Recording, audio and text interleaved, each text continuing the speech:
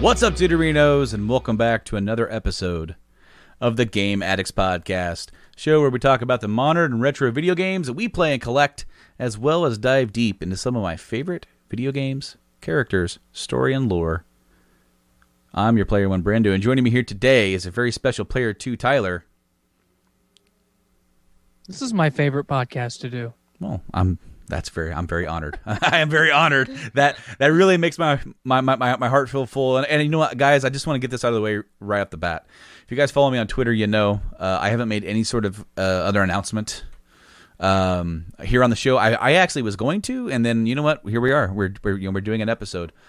I'm going through some personal stuff. My dad passed away almost 2 weeks ago. In fact, by the time this episode airs, it will have been 2 weeks ago. I posted up a update on Twitter saying that I'm going to be taking some step back and don't know. I'll be back, but don't know when. And just like before, when I've said that once before, it's like within 2 weeks, I'm sitting down doing another gaming podcast. But guys, this is a little bit different. It's a bit heavy, you know. It's a bit heavy on my heart. I really thank Tyler so much for being here today. Happy to do it. The show wouldn't be happening now if it wasn't for Tyler. If I didn't have somebody to bounce off of and I just had to sit here and talk to a camera, it'd be difficult for me to do so right now. I've got so many things that are like emotions and everything like that I've been going through since then. But I wanted to get back into it a little bit just to start acclimatizing myself to a back of normalcy, you know, a type of normal, if that can be considered. It's awful. It was unexpected. It was heartbreaking. But he was an awesome man. He was an awesome dad. And I live every single day hoping that I can be just one iota of the dad that he was to me, to my kids, that I can be to my kids. And if I can do that, then I will have succeeded, because that guy gave me everything. There's so many gaming memories that I have that are directly associated with him, even though he wasn't a gamer. So many of them throughout the years. You know, he got me a lot of stuff. You know, he got me my entire early PlayStation stuff. So a lot of stuff is connected with him in a way, you know. Right. So it's like sitting down and doing this. If I don't sound my usual, like, let's get up and let's get at him, punch you in the face energy that I like to start to show off with, just to get you guys like into the mood. That's just because this is weird. Sitting down to do anything right now other than mope is weird. Right.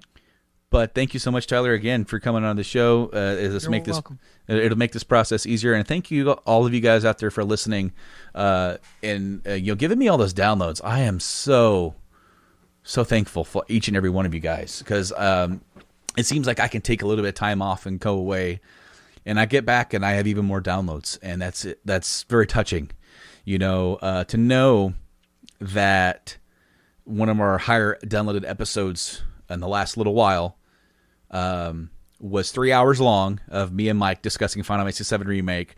This 3-hour podcast, you know, that's no joke. To sit down and there was stuff that we left out. There was stuff that we didn't get to that we were like, all right, we just got to start wrapping this stuff up because we've been back here talking for so long. But I'm really looking forward to actually getting to listen to that episode, because I wanted to, you know, dive feet first into Final Fantasy VII Remake before. Like, I wanted to experience it organically. Yeah. And I haven't played Final Fantasy VII. I mean, I played Dirge of Cerberus, but I haven't played Final Fantasy VII anything since I played the original in like 2002 or 3. Like, it was a long fucking time ago. Sure. So I wanted to play through and experience it all organically before you and Mike ripped it apart, you know, not negatively, but but really like broke it down to the atom for 3 hours. So I'm looking forward to listening to that here soon. Well, what's really awesome is that, before what was considered as the compilation of Final Fantasy VII, the original game, Advent Children, before Crisis, which we didn't get over here, it was a cell phone game that followed the Turks before the events of FF7. Gotcha. Crisis Core, which was on the PSP, that followed Zack before the events of FF7, and in fact encompassed a major event that is referenced and is a core piece of FF7, is at the very end of that game. And then, of course, Dirge of Cerberus, which was like set after Advent Children, so it's like a sequel to the sequel, but it's like separate, segmented story that's a part of it. It gets a little convoluted, not so much that's hard to follow, but it's just how they kind of bounced around in the story and telling different parts of it to be an additive, because they wanted to add and expand that original game, And what they've done with that, it's really cool because they've once again expanded on that original story and characters a lot. And a lot of the stuff they expanded on it's great because they added characterization to characters who are just barely there in the original. But now they're not. Now they're bigger characters. Now they have drive. They have a reason. They have backstory. And they like Jessie, one of the like the girl in Avalanche. She has an entire backstory now. Cool. As to why she's doing what she's doing and what she was doing before. And that is amazing. And they actually given her characterization. And by the way, she's flirty as hell and thirsty. She is thirsty as hell for Cloud, which is hilarious. Which is hilarious. But they've also encompassed the compilation of FF7 and smashed it and said, okay, here it is. If we're going to remake the game, we're going to cut all the stuff that we've added to it. We're going to kind of compile it and treat it as if this is kind of your first time viewing it, but it's all together for you, So that was great. I actually platinumed FF7 Remake. Good. I was going to ask you if you got the platinum finally. So I only have 4 platinums, and 3 of them are really easy platinums to get. They're like The Walking Dead Season 1, the Game of Thrones Telltale series, Batman Telltale series. It's the platinums you get just for participating. I have 3 participation platinums in my arsenal that I pinned to my chest. But I fought for that FF7 platinum. That's good. When I realized I had done so much after 2.5 playthroughs, because I did my first playthrough, and once you beat the game, this isn't a spoiler, you can chapter select and go all the way back. You can go to wherever you want. Now, in order for your progress to kind of save, you kind of do have to complete the chapter, but your experience and your AP for your materia and your equipment and your items all carry over. So I just went right back to the beginning and played it through on the second time, demolishing stuff on my second playthrough. Until I got to a certain point near the end. But then it's like, because I didn't even reach, I think level 50 is the max. I didn't even reach that in my first playthrough. I got to 30 something. I reached it on my second, or damn near. And then on my third playthrough, I went through on hard mode, which is a challenge in itself. You're not allowed to use items in hard mode, and your MP does not regenerate in, like, it regenerates once, and that's at the beginning of a new chapter. I was going to say, does it at the end or start of a chapter? Because spread throughout, instead of save points, they have save benches. It's not even save benches. It's basically a bench with the save logo on it next to a vending machine. And Cloud will sit down, and it'll restore your HP and MP. And at the vending machine, you can buy items. They'll even have specials that at each vending machine almost, where it's like, hey, for a discounted price, you could get 3 mega potions. So you might as well buy them because like right there, okay, cool, I got some more mega potions. But with hard mode, you have to manage what spells you use and where. So it's better to not use them and save it for the boss. Which sometimes the boss will be at the end of a chapter. Sometimes it'll be at the beginning of a chapter. It just depends on the flow of the ebb and flow of the story. Because they've added new bosses that weren't in the original game to stretch out the story. That's a 30-hour story, 35 hours. I think it took me 35 or 36 hours to beat the game. But originally, that chunk of the game original was like 10 hours, you know? Right. So they've had to expand it a bit, especially the stuff that you play through. It was a challenge of my wit and of my of my wit and grit. I'm thankful that I had 2 playthroughs beforehand, so I kind of knew what to expect and where. And also, my first playthrough of the game, I was pretty, what should I say, not tuned into the tactics. I was just haphazardly making my way through the game like Nate is doing right now. Nate's playing it. And I feel like I had a good handle on things until I realized I didn't learn all of the abilities, because you get weapons, and each weapon gets you an ability that you can learn. And like FF9, when you get AP and FF9, and you have that ability forever. Mm-hmm. With this one, you use that ability 10 times, you have it forever. So even if you switch to a new weapon, and you also can upgrade each weapon using SP to get more materia slots, to get more attack, to get more magic attack or defense. And some weapons are more geared towards magic spells, some more geared for more physical damage. It's like, so you have choice and customization a bit for each. However, hard mode will test you because you have to be patient. And there is a special VR simulator in the Shinra headquarters. I'm not going into big spoilers for this, because this is extra stuff that you can do. And you get one battle. It's called Top Secret. And you unlock it after you beat the game once. And it's instant hard mode. So even if you weren't playing on hard, you can only play this challenge in hard. Mm-hmm. And you have to do 5 battles in a row. Okay. And they're hard as shit. They get progressively hard too, you know? So Shiva, you have to fight Shiva. All right. You have to fight Fat Chocobo. All right, cool. These are battles that, to get summons in the game, you'll eventually have to fight these summons in like a VR simulator, and then the material will be developed and you can have it. But for this challenge, you have to fight them back to back, and your HP and MP will only heal 50% after each one. So you have to be careful and set yourself up right. I was stuck on that challenge for a week. A week. Those type of challenges in games are tough, because it's, you have to have a lot of strategy, and you have to think ahead, and the AI has to perform a very particular way for certain scenarios to play out the way that they should. Well, and I watched videos of strategy. It didn't work for me. A lot of that stuff did not work. What I did is, I think I watched and put my own stuff into it, like 4 different strategy videos, and then what I've learned from my own, and try to figure it out. Because Battle 3 is Leviathan. Mm-hmm. He's pretty tough.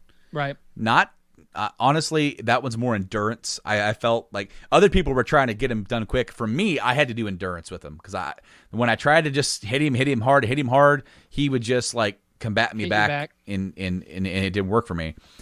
But it's the 4th battle that I was stuck on for a week, Tyler. Bahamut.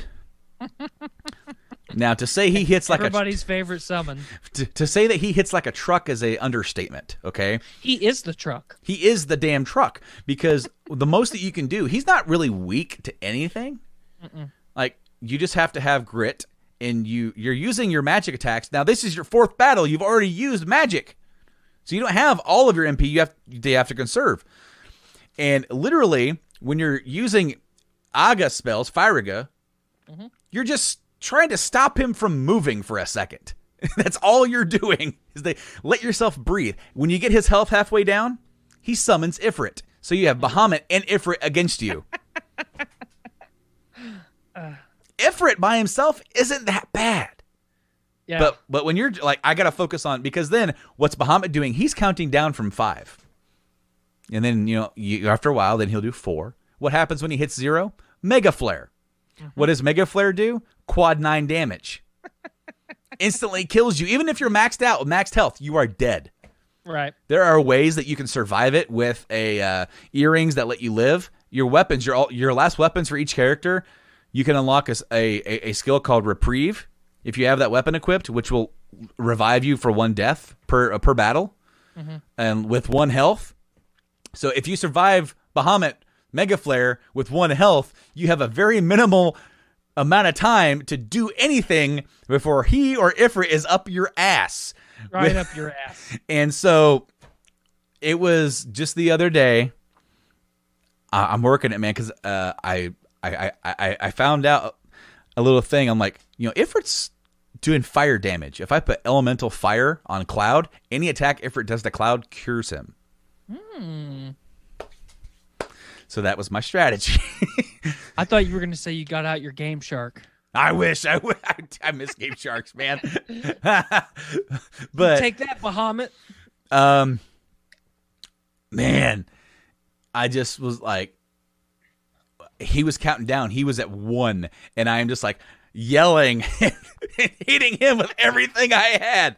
And I just so lucky. I happened to get Cloud's limit, and I beat him. And I'm like, he was the only one left standing, and I had like 1,000 health. I'm like, I did it! And then there's a round 5. Oh no! And it's I don't know if you remember FF7 original, but there's that one Shinra weapon near the end of the game called Proud Claude, big tall robot thing. Yeah. It's basically a version of that. It's called Pride and Joy, and he has a move that'll kill you in 1 hit. If he grabs you and he's able to hold on to your character for long enough, he kills them instantly. Other than that, he's just kind of annoying. I beat him on my first try. Because I was able to keep people alive barely enough to just keep whittling away. And then I had to finish the game after that. So there were a couple challenging battles after that challenged me. Not as bad. None of those were nearly as bad as that. There was only one battle that I failed, and it was almost like I failed it on purpose because I forgot to re-equip something to somebody, and I'm like, damn it, I forgot that. And I'm like, let me try this. Okay, he beat me. Let me put this, okay. And then I had a second chance to kind of re-equip. All right, now let's go. And then I was able to muscle through. But I got it. I got my fucking platinum. And good, congratulations. It was an account. See, now I don't know what to do with my life. Like I can truly say that there was a part of me that was going to shoot for that anyway, but after everything with Dad, I almost that was kind of like my escape. Ironically, I'm beating my head up against the wall because I'm getting frustrated doing it. Like every night that I couldn't do it, I was just frustrated. So like, why am I doing this to myself? But it was that payoff that when I did it, and quite literally, how many times do you literally like have such a reaction that you're like, like loud enough to where I'm in the living room by myself and my oldest comes out and goes, "What's wrong, Dad?" I'm like, "Nothing, buddy, nothing. I'm fine. Woo, everything's fine. All right." Round 5. Here we go. And now you truly understand why I've played each Dark Souls game like 21 times. There you go. Yeah. Yeah, there's something awesome about that accomplishment. Other people have done it. Nate is still stuck on a battle, and I instantly start telling him, do this, because I'm telling him my hard mode strategy, and he's on normal. So I was like, if that worked for me on hard, it's got to work for you on normal. Right. But that's what I've been playing, and then I actually do have a subscription to PS Now. They were on sale like a month ago, and I picked me up a subscription because they dropped the price down to like $10 a month. And I'm like, you know what? There's a few games this year that I'm definitely going to be playing that we're going to be talking about, at least one of them here today, probably, or 2 maybe. But it's like, all right. But in the meantime, when I don't know what I want to play, let's just cruise. Let's see what's out there. Stuff I haven't played. So today, I started playing Saints Row 4. How are you liking that? I have never played a Saints Row game. It is beyond ridiculous, and that's half the fun of it. It is. Okay. It knows it's ridiculous. 110%. Because the whole concept of the game is it's a parody of Grand Theft Auto, right? You know what? In a way, it didn't really start off that way. It just started going more cartoony with it, and then they got to this one or a 3 or whatever, and they were like, "Let's just go full bore."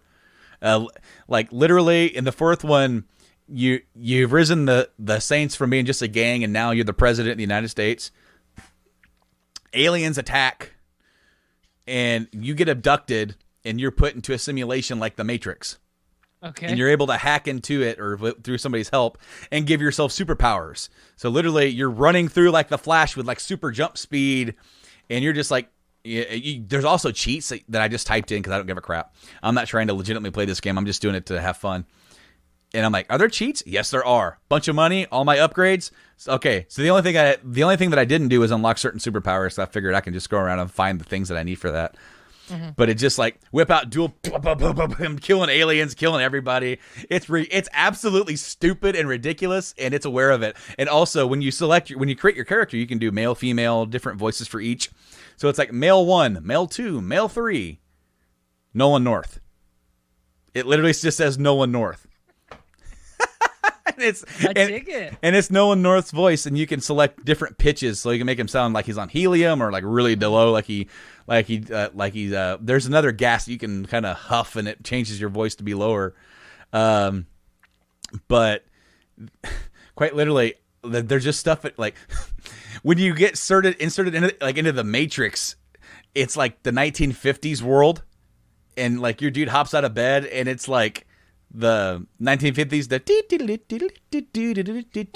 and it's like, and the default walk for him is going, and you're like, and he's sliding down the step pole, and it's like, and it says leave it to the saints, and instead of leave it to Beaver, and you got a wife, and she's like a 1950s housewife, and you're strolling out to get the paper. And then the local town sheriff meets you. He's like, hey, you should come. President should come down and meet some of the local folk. They're dying to meet you. And it's like, and it gives you a little cue for getting in the car. It's like, get into the car. Press R2 to safely accelerate. Press L2 to stop at all stop signs. And then you're going through, and then he gets out of the car, and he's like waving, hey, everybody. Wow. And then one of his teammates hacks in and is talking to him and trying to get him out, and the simulation is combating them doing that, and so the police shows up, so he starts killing the cops, and then you just start killing all the cops, and then it's like you get a rocket launcher and you have to cause $100,000 worth of damage, so you're just shooting everything. And then the sheriff shows up, and he's basically like Agent Smith. You have to kill Agent Smith and it's ridiculous. But that's part of the fun, I guess, of this game, is like it's so ridiculous, so over the top that it is what it is. And that's exactly what I've said. There's a reason why I decided not to try to go the long route and play the game and get all the work hard for my money, work hard for my progression, because quite literally the game that I need right now is the kind of game where I can just sit back and laugh and just destroy everything without working for it, because I don't want to play this game for like 2 months trying to do everything. Yeah. Right now, this is the game in the meantime that's just I'm going to sit down, laugh at everything, because there is a part where I'm cruising around in the car, and Paula Abdul, Opposites Attract, comes on. Okay. And Nolan North's like, oh, I love this song. And the girl's like, what? He's like, Opposites Attract, come on. She's like, oh my God, I want to die. He's like, you're no fun. He's singing with the radio. Like, they actually made certain dialogue for that kind of stuff, and nice. I'm liking it. And then the alien speaks perfect English. They invade the White House. You fight your way outside the White House, and there's the mothership, and then a huge blaster cannon comes up from the side of the White House, and you run and you jump on it. And you're shooting down all these ships. It's like, what? There's a weapon called Murica, where it's like a flamethrower, Gatling gun, something else, all in one. A Gatling gun. And it's like when you fire it, it shoots off fireworks, and it's like playing like American music. Oh my God, that's so ridiculous. Apparently Roddy Piper's in the game. You can hang out with Roddy Piper. You can even buy his outfit for your character with the hot rod and the kilt. I'm like, oh my gosh, this game is ridiculous. I love it. I gotta play it now. Oh man, I'm like, because here's the thing. I never really played the Saints Row series. I played a little bit of 2 when it came out. I played a little bit of 3 when it was on PS Plus. and the intro of that was like out over the top. I'm like, yeah, this was fun for a weekend. And, when I remember playing this back when I first tried out PS Now on like over the stream and was just like, this is crazy. And I don't even think I made it out of the White House because today I'm sitting down playing it, got to the 50s world and I'm like, oh my God, this is amazing. And of course, it's like, what kind of a world do they give you where you're just running around like the Flash and jumping around, but it's like a made up world, and fun. But what have you been playing? Here recently, I've just kind of been wandering. I've tried a lot of, lesser known games from Game Pass, some good, some bad, none really that are good enough I would throw out. Like Stellaris it's an RTS style game that is the one that I've really, really enjoyed, but I've tried to play it with friends of mine too. And it's a game that like, I really just like to sit down. It's got a really, really good soundtrack. So like sit down, either crank my surround sound or put my headphones on, and then just like take 4 or 5 hours and just do it by myself. It's like, I know 4 or 5 hours from now, I want to have a federation with these other 3 species that are close to me in the solar system or whatever. It's really fun to micromanage things when they're not things that stress you out, like real life, Absolutely. But here recently, I've been playing a lot of Apex again. It feels like every couple of times I'm on the show, we're talking about Apex Legends again. Right. They just recently dropped the new season on Monday or Tuesday. It's season 5. They added a new legend. They tweaked some of the existing legends. They made the legend that I like to play, Mirage, finally good and usable.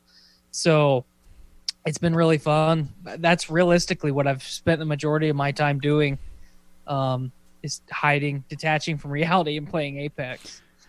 So you mentioned Game Pass, and Game Pass just added Final Fantasy IX to the lineup on Xbox. Okay, looks like I'll be playing that. So it's also on Xbox and PC. So cool. So for both, I might play it on PC. Yeah, that'd be fun. But it is the remastered version they came out with just a couple of years ago now. I remember I got that day one on PS4.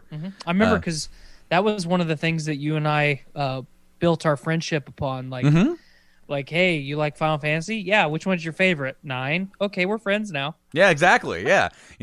I can just, adore FF7 all I want. It's my first and my favorite game of all time. But I'm not going to sit here and argue and say that, 7 is a better game than 9. That's just not going to happen. 9 is a better made game. It's a better thought out. And in fact, there's so much story stuff they left out of it, that like you kind of wish they would have been able to do more, because I feel like both 7 and 9 suffer from the fact that the stories mean more the more research you do about the story, the more that you know. Like, they added stuff to 7 to help pad it out and flesh it out, stuff that they couldn't tell you, stuff that they forgot to say, or stuff that they thought that would fit good with it. How cool would that be if they were able to do that with Expand 9, especially with all these characters? Because I kind of see 9, there are main characters, but there's a lot of great characters that are not even with you in your party that are just great characters. Right.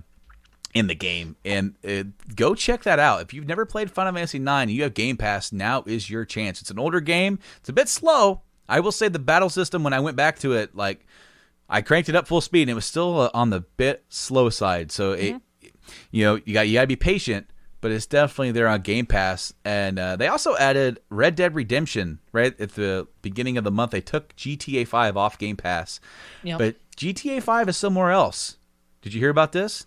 It's free on Epic Game Store, right? For a week until May 21st, GTA 5 is free. Free. That spells free. CreditReport.com, baby. Yeah. And Epic Game Store crashed yesterday because of so many downloads. Yeah, like Chris, we're recording this on Friday, Friday the 15th, but it went like so many people were just hounding it. I actually did go on and I did redeem it. because why not? I might as well. I've got the laptop, and I did the benchmark, and I can play it at 1080p at 60 frames. Cool. And I sat there and hooked up my Xbox controller and played a little bit at the beginning. My legs were sweaty because I was sitting in my chair with my laptop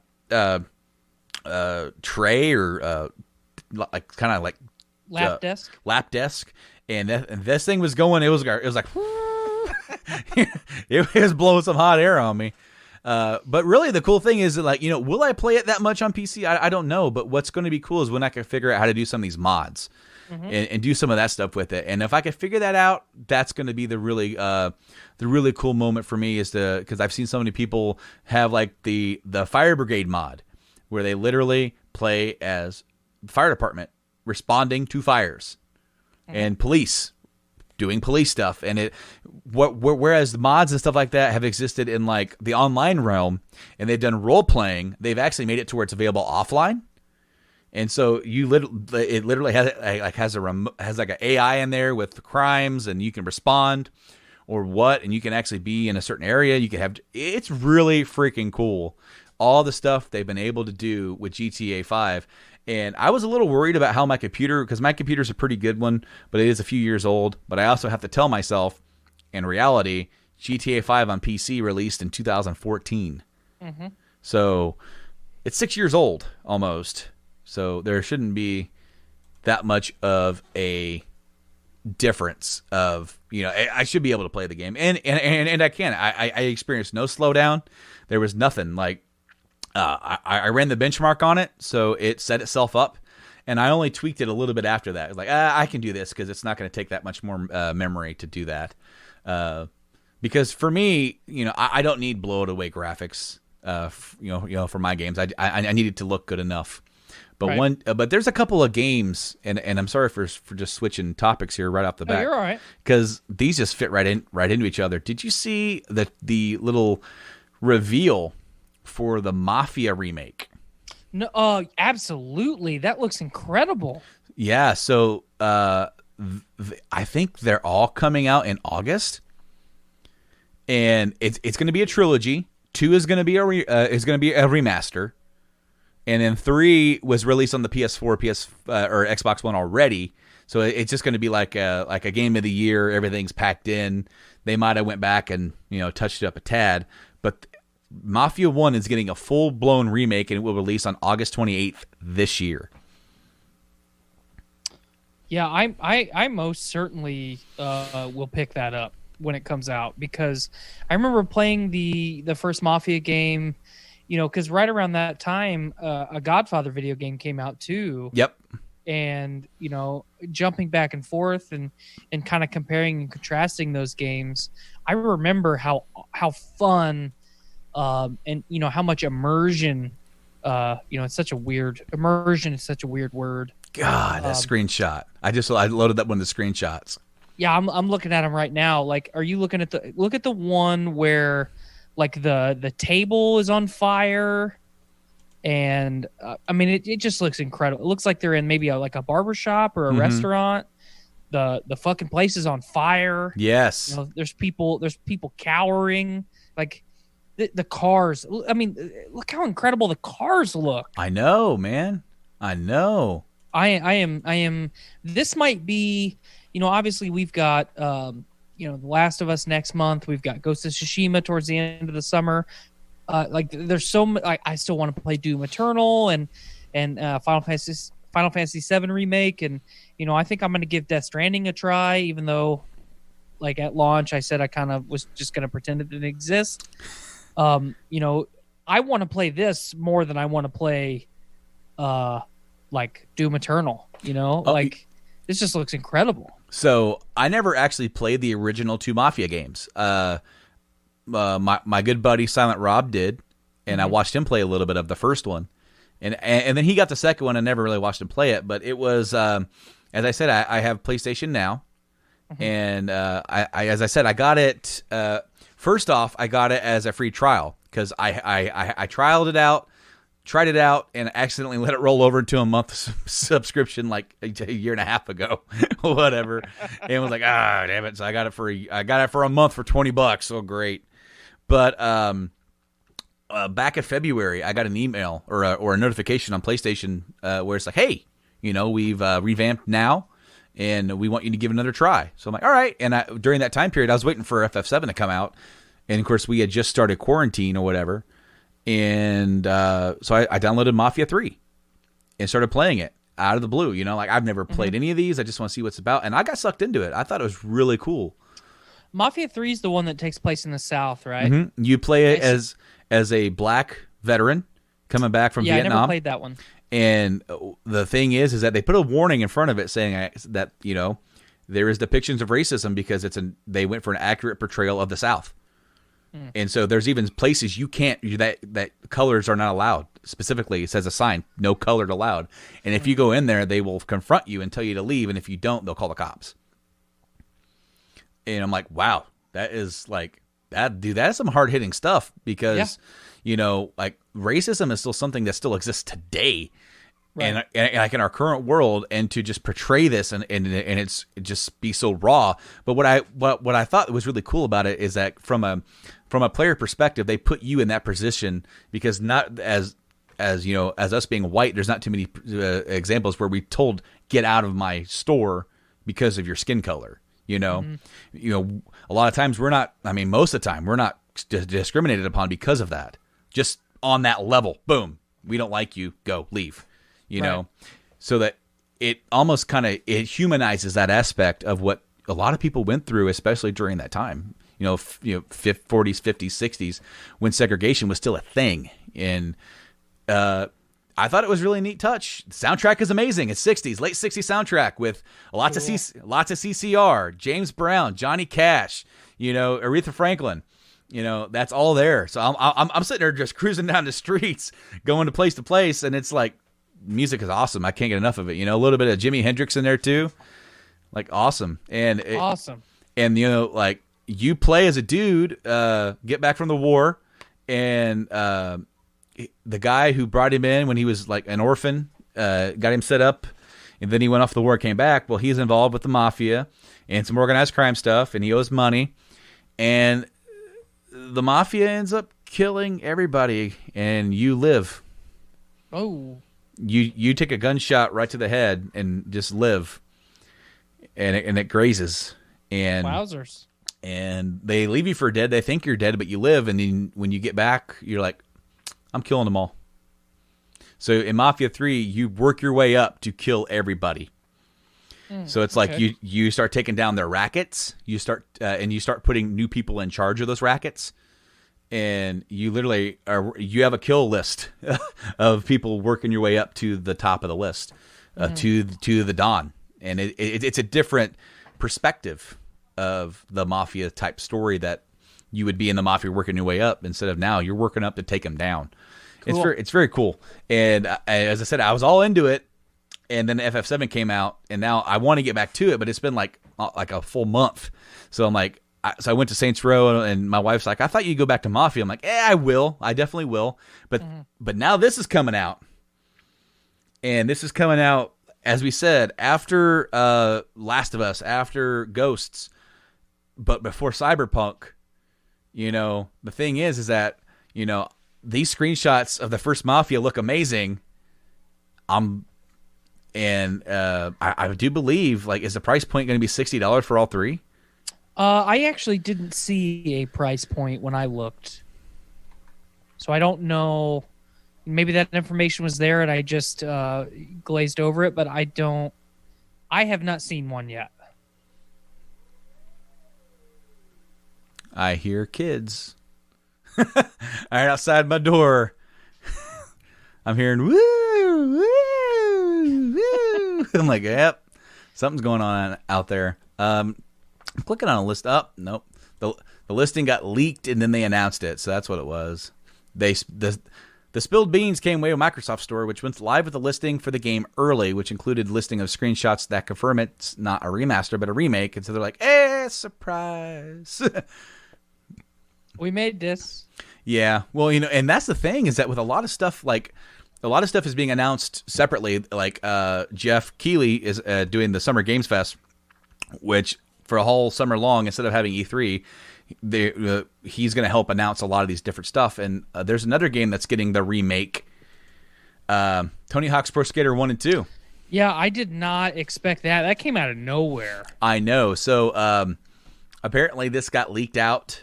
Tony Hawk was actually texting people about it. He actually met up with Jack Black before the pandemic and let him play it and let him know on it, because literally the day that they announced it, Jack Black uploaded his video. And Tony Hawk's Pro Skater 1 and 2 are going to be released on September 4th. And from what I understand, the remake is being handled by the same team at Activision that did the Crash Bandicoot and Crash Team Racing remake. Oh, awesome. So, because my concern was, Tony Hawk 5 came out and stumbled completely. Like, it just was like, man, this is like, and apparently they patched it and it's better. But it's like once you kind of stumble very badly where people just kind of like don't want to look at it again, it's hard to recapture that same crowd. And so so far it looks really good. And I'm hoping that it's like, hey, keep the same kind of play style. It looks phenomenal graphically. Like I saw that trailer. It was like, wow. Like they are doing and hopefully, the team handling it is that other team that is like, hey, we remade these other games, did a good job with it. Let's handle this. And then they've got a pretty good soundtrack of tracks that were in the first two games. And so hopefully it has the same feel. And one thing that I did see, I wonder how they're handling it, because I noticed when Jack Black and them played the game, when they would crash and go to stand back up, they would almost like glitch out. Like it looked like they were like maybe in like a simulation. So I wonder if like this whole like Tony Hawk's Pro Skater remake type thing will be like they have to go back and redo part of however they're going to do it. It just I noticed that little thing about it, but I'm excited for it. This is something I was not expecting. Like you said, it came out of nowhere, and it's going to be $40, so it's not going to break the bank either.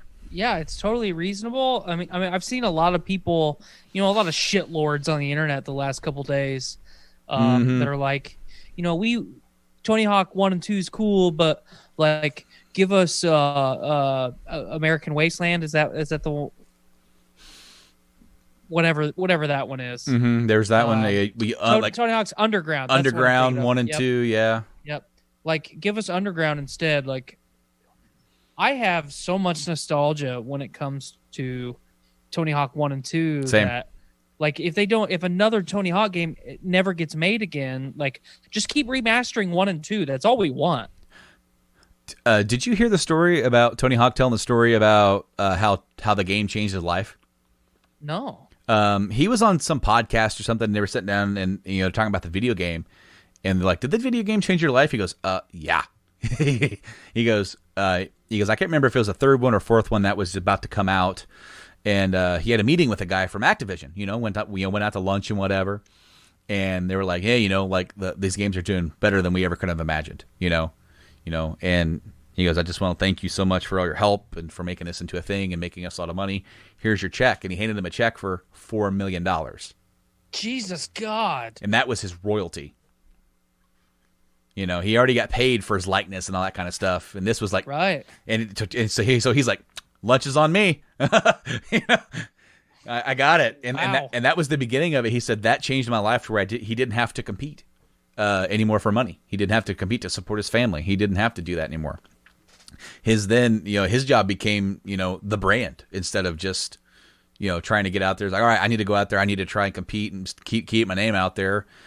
And what's interesting is the day that the game was released, some kid posted a video of breaking Tony Hawk's record of the 900 and showing like the 1080 or whatever. Wow. Some like 12-year-old kid did it, and they posted a video up of it on Twitter. So it was kind of cool. Awesome. But I'm excited for that, dude. I truly am. I am too. I think it'll be great. As I said, I really do hope that they could just hit it right out of the park, because that's one thing that's going to help bring, if they want to try and use this as a dip the toe in the water to kind of revive that series a little bit, bring another game out at some point to kind of revive the skateboarding thing. It's like a good way to do it is to try and put out a good remake. Just like the rumor is Activision's making a brand new Crash Bandicoot game. Why did that get made? It's because they tested the waters with doing the Insane trilogy. This trilogy had a lot of fondness in people's hearts, and they remade it and did well. And same with the new Crash Team Racing. It did well. So we may be seeing more. When Spyro did really well too, Yes. right? Yes, it did. Yeah. So that we could be seeing a new Spyro game at some point. It could reinvigorate that brand. As far as like remakes go, there was one that me and you had shared and shared with each other about a possible remaster of Mass Effect Trilogy. Buddy, I hope it's true. I hope it's true. There's. Go ahead. I was just thinking that, I'm currently, for the sake of for the YouTube channel, I'm playing through them and doing kind of like my lore run with the games, and I will say that Mass Effect 1 has aged pretty horribly. And yeah, it's bad. The last time I tried to play it, my game crashed like every 45 minutes, and at the least, it was more often than that. It just couldn't handle it. It's not even just that. It's just like the controls are like, this is what we know where we were going. We don't know how to get there yet. Mass Effect 2 they did. Gears of War came out and changed the entire game for third person shooters. So they took part of that, put it with their stuff, and said, here we go, we have a game. And then they made 3. They improved upon it. They made Andromeda, improved upon it again. As far as the gameplay goes, Andromeda is amazing, right? So part of it is, for me, it's like, is this a remaster or is it a full remake? It's like, I think it's a remaster. If they're going to do it, I don't think that. This is EA we're talking about. I would love for this to be like, instead of just a remaster of Mass Effect 1, 2, and 3, let's remake all 3 games with the same game engine all the way through. Let's bring back as many of the original cast that we can bring back to redo these lines. Maybe do exactly what others have done. Like maybe expand upon the story a little bit. Mass Effect 1, expand on the story with some of these characters. We got to know Garrus really well in throughout the trilogy, but like in the first one, it's only so much. Maybe do a little bit more. Maybe instead of the big empty barren planets you go to with the same square of land that you have to traverse with crazy ass Mako, you take a little bit of what they did with Andromeda, where it's more fun to drive and more evened out and more fun to explore, but also not full of redundant crap to do, where you're repeating this. Mass Effect 1 had its share. Go to a planet, go to a building. It's the same layout. Every building on every planet has the exact same layout. You're going into one room. There's another room with a hallway that splits off into 2 rooms. Your objective is in one of those rooms. So make it a little bit more palatable. But what it would also allow them to do would be to tweak the story a little bit. I know there's a lot of people who are very disappointed with the ending of Mass Effect 3. I'm not saying you have to completely change that ending, but you could add different endings. You could do whatever you wanted with it with a remake. You can be like, you know what? They really didn't like that. Let's have those there, as the endings. But let's add to it. Let's do this. Let's make making this choice mean something over here. Let's make making this choice mean something over here. Let's make this choice over here like instead of denial being absolute death, make denial mean you have to fight harder for something else.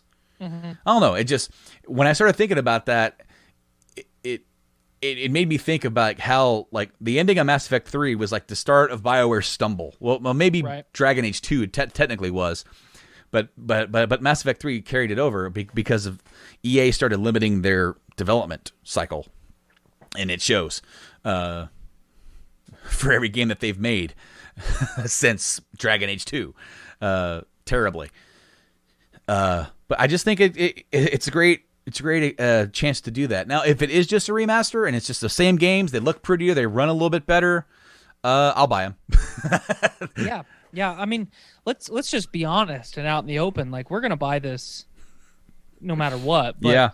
I think this is BioWare's chance at recapturing another generation of people the way that they recaptured us, or not recapture the way that they captured and captivated us. Yeah.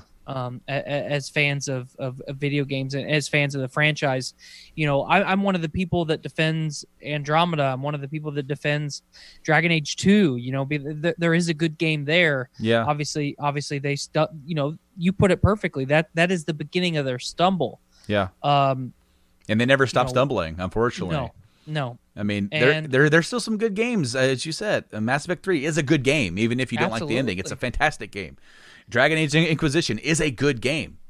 Andromeda, for all its faults, is a pretty decent game. Mm-hmm. But they're all surrounded by this lack of development. Yep. They just didn't have the time. They didn't have the resources. And you had Big Brother standing over their shoulder saying, you know what? We don't like that. Start over. You know what? You're going to do what we say, or you're not going to have a job. You're going to work 21 hours a day, or you can go home and not come back. Like, this is how it's going to go. It's going to go our way, or it's going to go no way. And it's very unfortunate. You talked about it when you and Nate did The Worst of Us. I listened to that right after you and I talked. Yeah.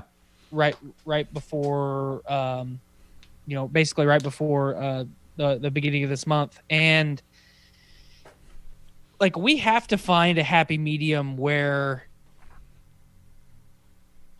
game quality continues to improve and people's lives are considered. The game developers that I bitch about all the time, and the publishers and the people making shit video games or great video games, like, it's just a job, man. Like, they're not to make my life miserable, and I'm as guilty as anybody. I forget that sometimes. I take it personally. Like, how could you do this? Yeah.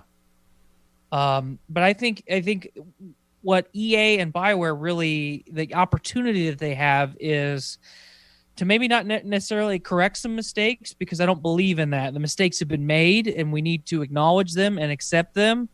This gives you a chance to steer the ship down a little bit calmer waters and say, we know we messed up, but look at what we did to this. Yeah. And look at what we can do going forward. And then they announce Mass Effect Andromeda 2 and then make that. Well, honestly, I do want another Andromeda game, because I think there's so much there that they can do a story with. Exactly. But also, like, as you said, like, making a game that's going to be attractive to bringing new fans in. Mass Effect 3 came out in 2012. 8 years ago. That's a long time. Right. That's a generation ago. And these games have not been ported over. I mean, you can play them on backwards compat if you got Xbox or a PC. They're still there, but they're old games, so people aren't going to think about them. What's going to be is like, okay, a new coat of paint. Oh, wow, okay, I've never played this. I always wanted to, and then people will. And then they put Mass Effect 1 in, and it's going to be Mass Effect 1. They're going to be like, wow, holy moly. That's why I'm hoping kind of for like maybe, like a Mafia style remake here, because I'm like, right. Not only does it need to look better, it needs to play like Mass Effect 2 and 3, which would, when you do that, you're completely remaking the level design of each game. Truly, but I am hopeful. And even as I said, if it's just a remaster, I'll have it. My wife looked at me and told me no, and I said, "You won't tell me what to do." Like, you don't tell me, woman. And she goes, "You have it on the Xbox and PS3." I said, "And?" She goes, "You bought Andromeda for PS4." I said, "Yes, I did." She goes, "And you just bought it on Xbox One." I said, "For $4. I'm like, my Xbox One collection was lonely over there without a Mass Effect in it. It needed it. It had to have it. And I found it used for $4, and I said, there's no reason for me not to leave here with this in my hand. And besides, I do know that if I ever want to replay Andromeda, even though PS4 is where I played it before, and I have that other playthrough there, and I got the deluxe version with some extra stuff. The Xbox One version has been Xbox One X enhanced with some better fidelity graphics. It looks good. So if I ever want to go back to it, I'm going to pop that one and see what that looks like. But we got some other news here to get to before we get out of town. we were talking about Xbox. Xbox had their Inside Xbox at the beginning of May, and with gameplay in air quotes. There wasn't a lot of it. It was a little rough. Yeah, it's 100% contrary to what you and I have kind of, we've been the vocal cheerleaders of Microsoft the last couple of years with Phil Spencer, with how they've conducted themselves in these events. And, I didn't get to see it as it premiered, and I got home and I watched it and I was like, why did I just waste my time watching this? It was like an hour long, and yeah, it was a total waste of time. Pretty much. Unfortunately, there was a few things that looked cool, but it wasn't anything like, hey, this is the first glimpse at Xbox Series X gameplay. And well, I think part of what makes it so frustrating, especially now in hindsight, is just a couple of days ago we had that Unreal Engine 5. Oh my gosh! That PS5 presentation, yeah, from Epic. Oh man! Oh my goodness! Woo! I don't know what that is. Obviously, it's not a game. It's just a tech demo type thing. Tech demo. Thank you. That was the word I was looking for. But whatever that game could be, I want to play it. Whew, it looked awesome. It looked real. It looked real life. Oh man! So I actually just watched a video today about that and how Epic announced that you will be able to import your Unreal 4 projects into it. Oh, cool. And one thing that, because they were talking about like FF7 Remake used Unreal Engine 4, and with Unreal Engine 5, you can actually take film assets and put that into the game, and it looks even, of course, wow. Well, I mean, think about the Square's teams and their CGI teams and how good and ahead of the curve their CGI has always been. Like, that is one thing that Square always gets, is their quality CGI. Like, their movie, like they did that Final Fantasy movie in the late 90s. It looked amazing. The movie wasn't that great, but it looked amazing. Advent Children was ahead of its time when it came out. I will say that FF15 was a graphically phenomenal game for all of its cinematics. FF7, you can actually tell a difference in FF7 Remake. They have in-engine stuff and they have cinematic stuff. And you can tell when they turn the cinematics on for like that little bit of extra flair. You're like, ooh, that looks awesome. Looking crispy. And crispy. I heard you can do that, but there was an issue that Square had with Dragon Quest 11, where they made the game on an older version of Unreal 4, and when they went to port it over to the Switch was compatible with a different version of Unreal version 4, and they had compatibility issues within Unreal Engine 4, different versions of that. So it's not going to be just a smooth copy and paste now this works, because now I started thinking about what FF7 Remake would look like if they had a chance to like do a definitive PS5 version of that. I'm like, I'm buying that. Goodness. I guess I'm buying it again, guys. Right. But I won't. I'm not going to be doing that. That would be crazy to try and get a second platinum for that again. But no, what I will say for Microsoft with this gameplay thing, they did say, okay, guys, you know what? Yeah, you're right. You know what? It wasn't good enough. And that's our bad. We own that. We are doing other events this summer. This was supposed to be just a little bit of a taste, and we overhyped it. We're sorry. We know we realized we should have framed it differently for what we were going to be showing you. However, in July, we're doing a big, huge showcase, like essentially what they would be doing at E3. What I do, I assume, with like a lot of their first party stuff, including Halo Infinite, will be a big part of that. So, I think, as kind of stumbly bumbly as the Microsoft gameplay reveal, because the clickbaity headlines on the internet kind of hit the nail on the head. Wasn't much gameplay here, pal. Yeah. It was just more cinematic stuff. But what the takeaway is, we've got another potentially really, really good Assassin's Creed game on the horizon. That I don't think any of that thunder should be taken out of away from that, because the last two have been incredible.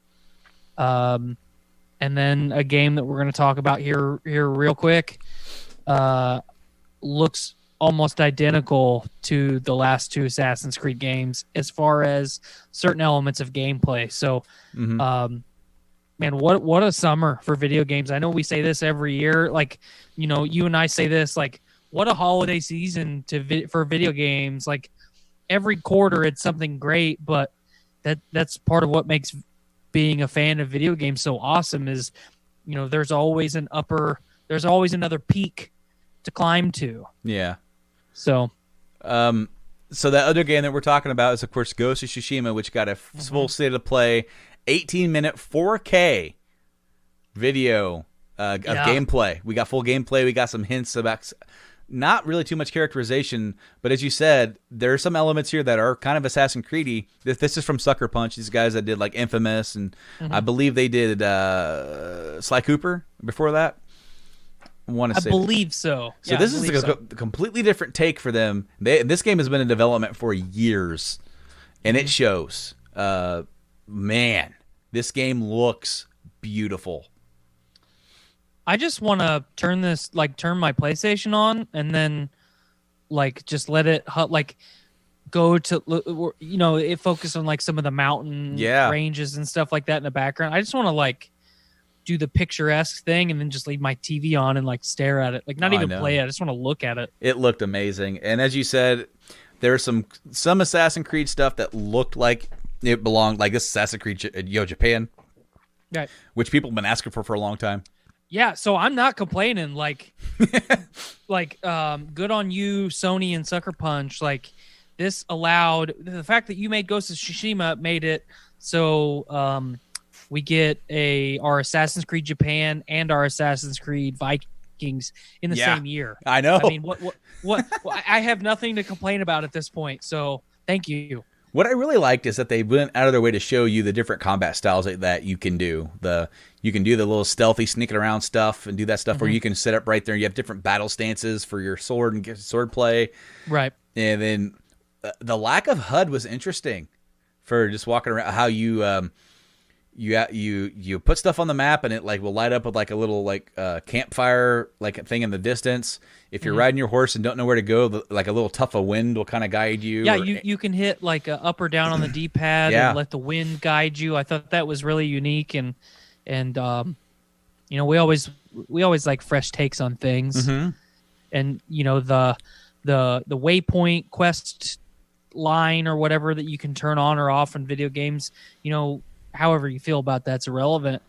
The fact that you can hit a button and let the wind guide you, that's incredible. It's more immersive, where it's not a symbol, just a symbol there, up on my compass, playing Skyrim or something. We're over here in my little marker.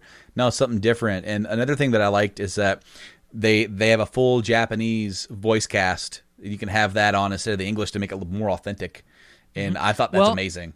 What about the visual style where you can turn on so it looks like an old samurai movie? Yeah, samurai flick. Oh man. That got me. I think I'm gonna have to do one playthrough natural as it appears, and then have to do one playthrough Japanese voice acting.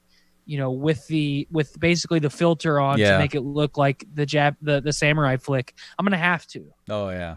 I have no incentive not to. How cool is that?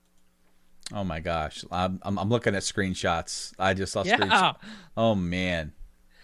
But that's let's round of applause for Sucker Punch. Not only the man, what I can't remember what era of Japan of Japan that's called. I always forget, but with with how popular Neo and Sekiro have been the last couple of years, when Ghost of Tsushima was first announced, I thought, well, they're just trying to capitalize on, kind of the samurai fad in video games, the same the zombie fad in video games for almost 10 years straight. Everything had to be zombie related. But then you look at how long it's been in development, how incredible it looks, and stuff like that. The Japanese voice acting, the changing, the visual style of the game, that is Sucker Punch and Sony going above and beyond to give their fans something that not only they enjoy and feel should be a part of the game, but like that's something that they went out of their way to do for us. They didn't have to do that, you know. No. And also another thing is that, you know, here's a studio that made a couple of really, you know, some really cool games, different style games. Sly Cooper, you know, the 2 Infamous games did really well. Infamous was not Second Son, I believe. Second Son and then Last Light. Last Light. Okay, so those games weren't perceived as well as the first two. Last Light got better reviews than the base game. But you know, instead of going back to something that they have done to try and like, we're going to do this right thing. We're like, no, we're taking a left turn to Albuquerque here and we're going to Japan and we're going to do something that we want to do that is completely different. And I can understand why Sony would be all about that. Especially like I can just see like a lot of these higher ups at Sony that are seeing this game in development going, wow, this is going to be something. When you guys get this and then this comes out, this is going to, like, okay, so this game was very mysterious for, like, almost as mysterious as Death Stranding. But with Death Stranding, we got a lot of stuff from it. We just didn't know what the hell was going on. Didn't have a clue. Still don't really, and the game's out. You know, you said like you're gonna $28. Yeah. Well, and the thing is that I still don't own it yet, and I'm thinking, maybe Black Friday it'll go on sale for like $20. I'll grab it, and then I'm gonna be in for a ride because I don't know what's going on. But you know, this game was secretive. We didn't get a whole lot of info, and at E3 not last year, maybe the year before, we actually got our first taste of it. And I'm like, oh, this is okay. This is different. Okay, all right, cool. And you know, there was some intrigue. Some people really into it. Some people weren't. But I have heard nothing but good things from this gameplay reveal from State of Play yesterday. And there are a lot of people who were like on the fence or like, I don't know. And now they're like, yep, I'm getting it. You know? Yeah, I mean, think about it. Like, especially in the last 5 years, how many times have we seen game like a State of Play like this and no one complains? Oh, I know. Like normally there is always someone complaining, and I've been through YouTube chat, Twitter, Facebook, Instagram. Like I've been on every form of social media today, interacting with Ghost of Tsushima somehow, and I've not seen one complaint. Nope. Like that speaks volumes. I know. Oh, I know. And, you know, the fact that this is on the PS4 and it looks like that is it's just a hint of what we're going to see coming forward with the PS5. Do you think we'll get a like a definitive edition with the way that they did The Last of Us Part 1 on PlayStation 3 to PlayStation 4, the remaster? Do you think we'll get Last of Us Part 2 and Ghost of Tsushima that same way? Well, I know that for Xbox, they're announcing an initiative to where if you buy the game on Xbox, whether or not you have an Xbox One S, X, or Series X, you only have to buy it once. And it just, the capability of the machine that you're playing it on will depend what level of graphic fidelity that you're getting. Now, obviously, that's not going to be every game. There's going to be games that are just on Series X and only just for One X or whatever, right? But for a lot of the Microsoft developed games, they're making it to where like they're pushing it. Same, you know, do that. For Sony, that's not 1-to-1 from what I understand.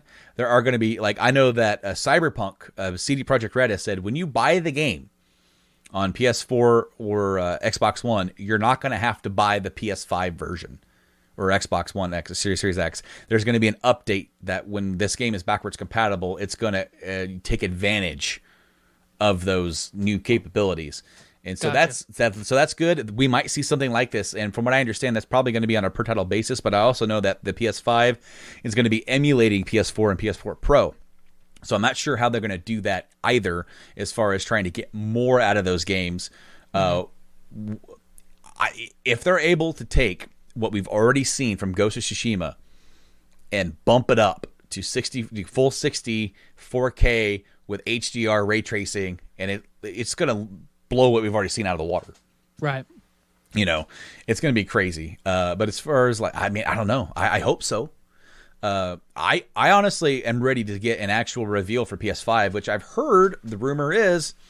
So report comes from VentureBeat's Jeff Grubb, who claims not only is Sony going to reveal the console, what it looks like on June 4th, but it's going to be accompanied by games, lots of them.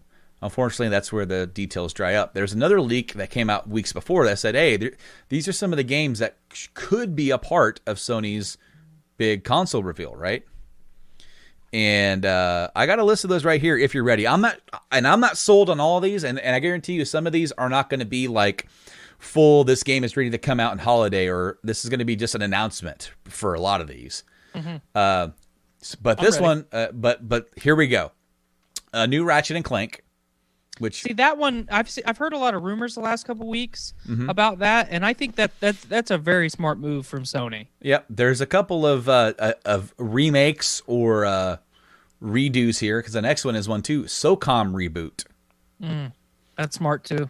That series has been quiet for a long time. Another one that's a reboot, Silent Hill reboot. There's been a lot of rumors going around about them trying to work with Konami, and trying to get something going on with that. Another remake, Ape Escape. I think it's cool because it goes all the way back to the PS1, and it's a series that's kind of a sleeper. What could you do with it in a current generation thing with it? I think it'd be cool, other than catching apes with nets. Right. I didn't think about it that way. That's a good way to think about it, I guess. Demon Souls remake. I'm interested there. Yeah, that's why I said it. New Gran Turismo. That's a kind of a given. I kind of thought we would see that. And these other ones are also givens too. Spider-Man 2.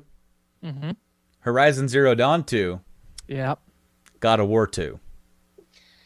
I mean, those are what the plants crave, and we're the plants, and I'm craving it. So, give me those. There's also a couple other games, third-party games. A new Batman game from WB Montreal. That's been rumored, and they've been quiet about it for years at this point. A new Rocksteady game, same kind of. I don't know if they're doing a Batman, if they're doing something else, whatever they're doing. Resident Evil 8. Now, there's been a lot of rumors going on about this too. That story plots and all that stuff. New Prince of Persia. That one I'm pumped for, because I love that franchise. It's a series that kind of it just petered out, man. Like it was so great, and then it just stopped being great. Well, they hit their peak with Warrior Within, yes, and then whatever the last one was called, Prince of Persia 2 something. Prince of Persia. Fuck. I can't remember. It was 2 something. I can't remember. But that game was also fantastic. Story was fantastic. It at the end of it buttoned everything up, and I think Ubisoft really struggled because it's like, okay, well, we finished the story of the prince, we don't really have anything anymore, and then that's why it ultimately failed. Another one, Elden Ring.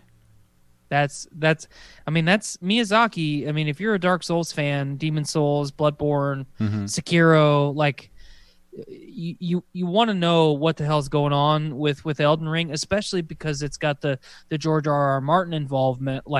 What the hell's going on? Right. Starfield. Death Stranding 2.0. Yep. Starfield. Sorry.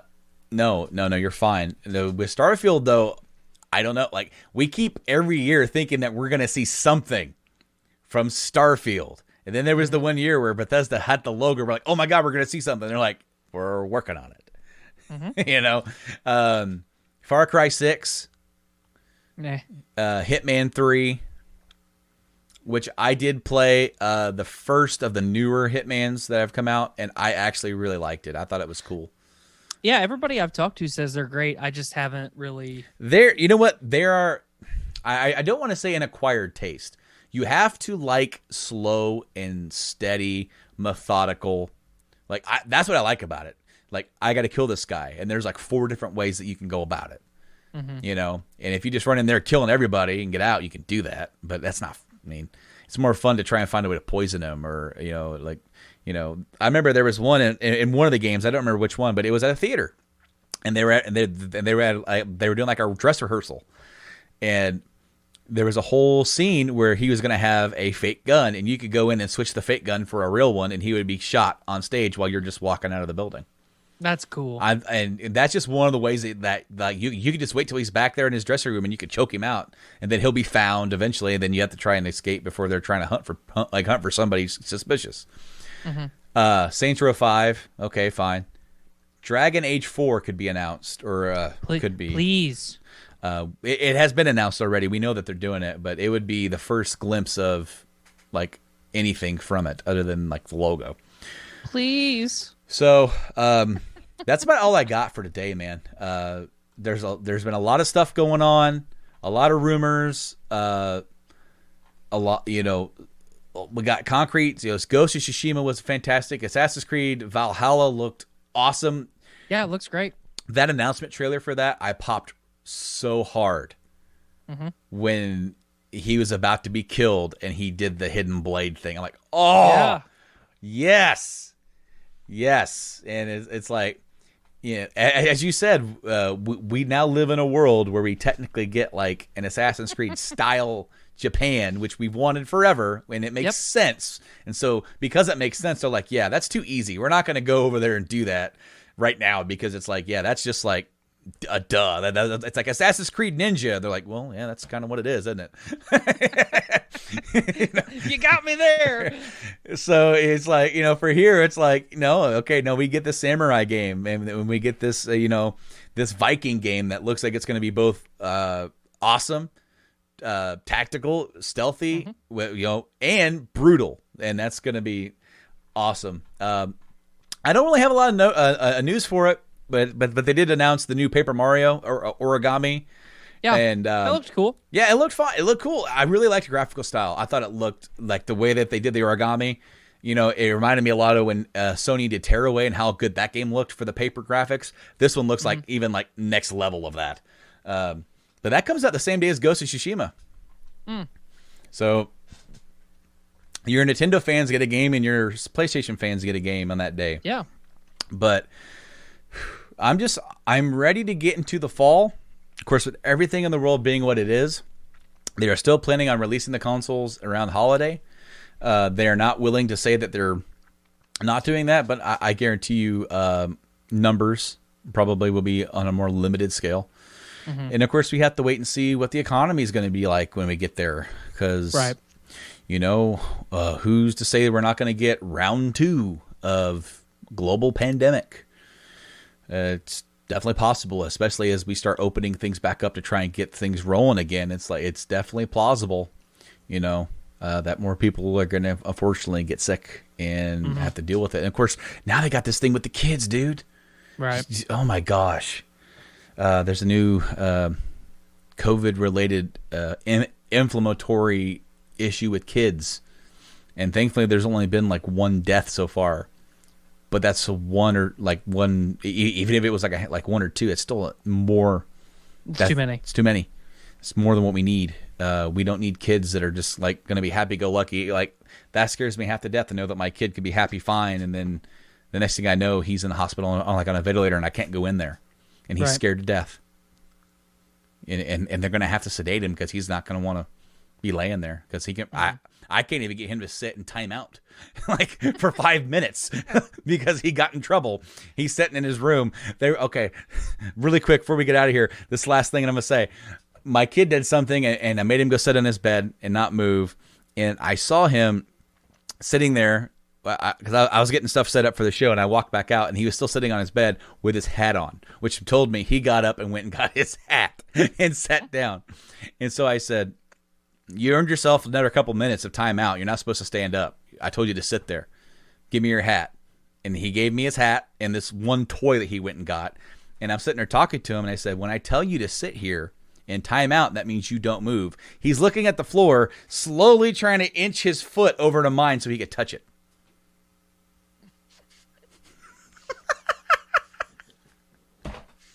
What? What? And I'm just like, stop trying to touch my foot. I'm trying to be stern with you. But Dad. And no, I mean, he cannot sit still. So like, if he's going to be, that image would kill me.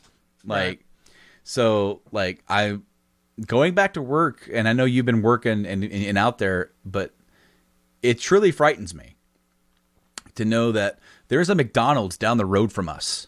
Yep. Closed down due to COVID and their COVID cases there.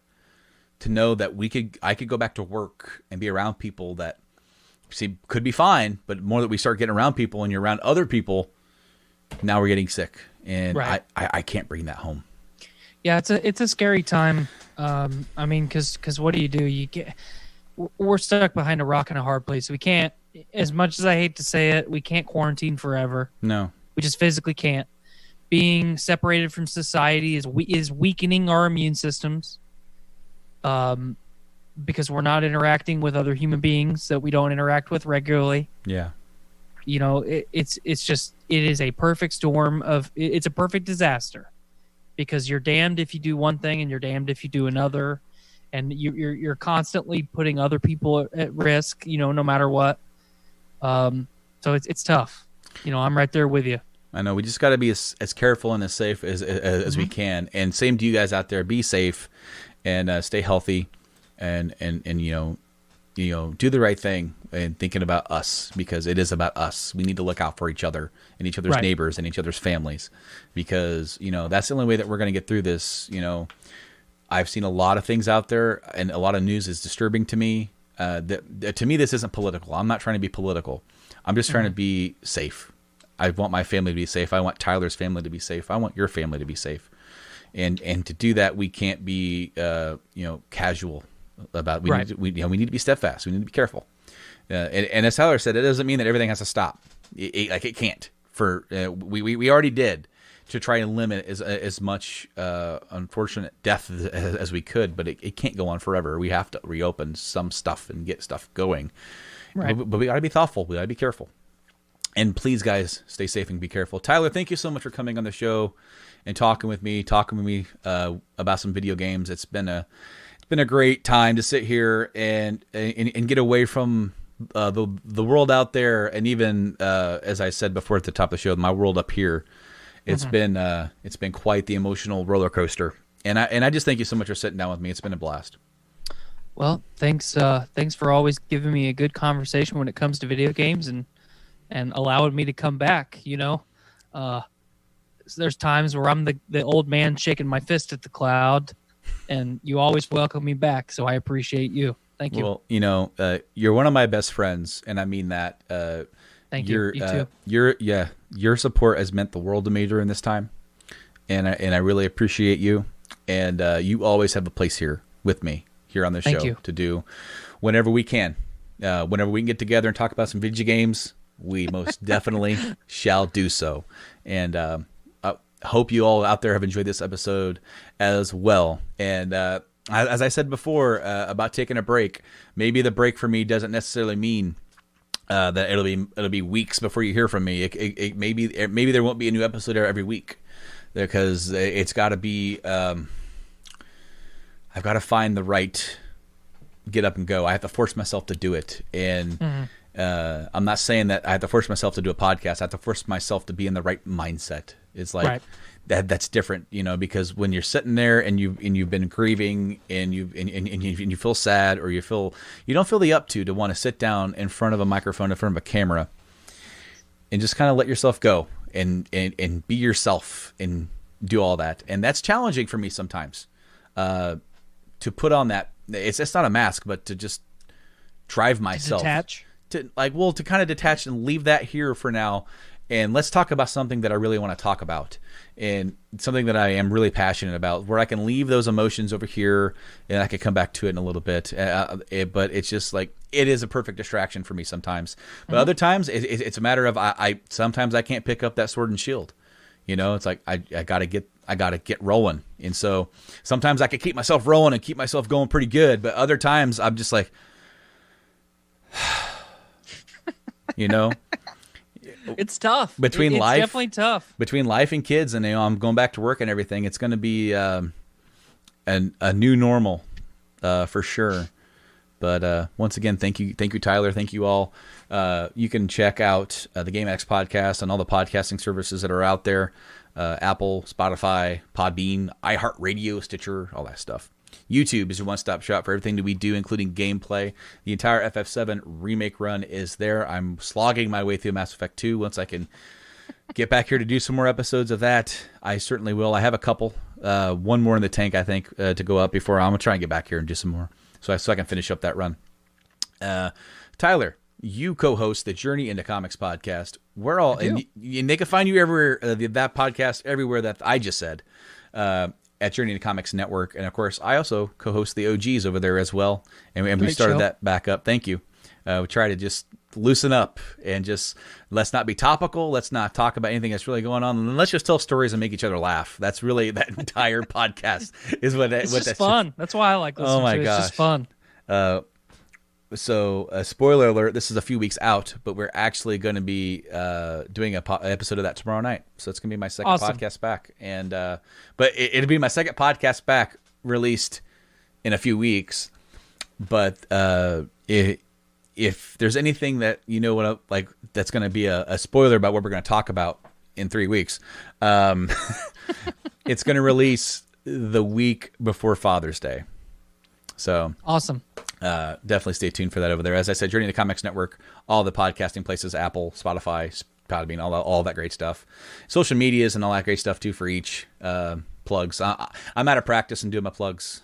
So plugs are hard, man. I'm not good at plugs. I'm glad that you plugged Journey into Comics because it was going to take me like 15 minutes to do it. Well, you know what? It is what it is. That's a great show, man. It's a great show. Me and you did an episode of that. 294. It's a great episode that we did where we didn't even acknowledge the inside joke for that episode. So, Docking Bay 294. We didn't. We didn't. We could have made that joke, but we didn't. We didn't. Man, we didn't. Anyway, guys. Until next time, I have been Brando, and I've been Tyler. We'll see you guys later. Have a good one. And game on.